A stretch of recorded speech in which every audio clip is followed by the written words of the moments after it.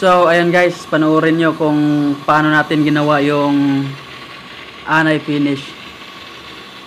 Una pala namin ginawa namin dyan guys ay nag-primer muna kami sa wall ng Acrytex primer kasi nasa labas to. Acrytex yung pintura na gagamitin natin dito para matibay siya.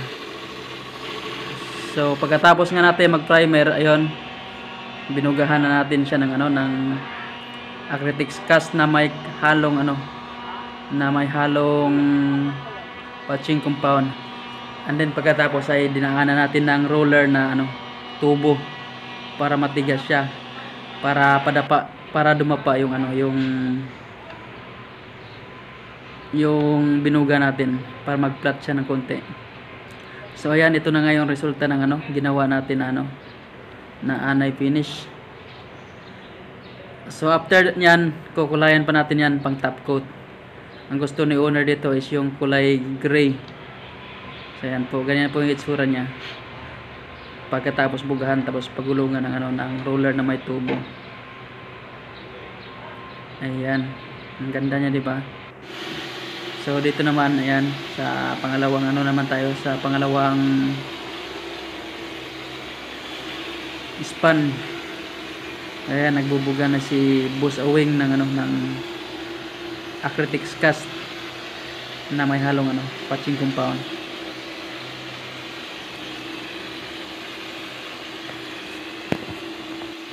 Pwede din kayo gumamit dito ng purong simento, tapos rudilang bakal na lang yung yung ihagod nyo para mag-flat yung binuga natin.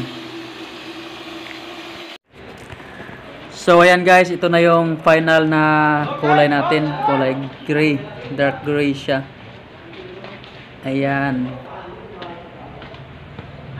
ganyan po yung resulta nya pag na-finish na natin ang kulay.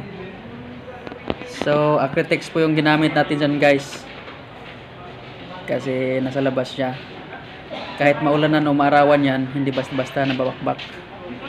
Matibay po yung Acrytex. Medyo may kamahalan lang siya, pero matibay siya sa ulan at sa init.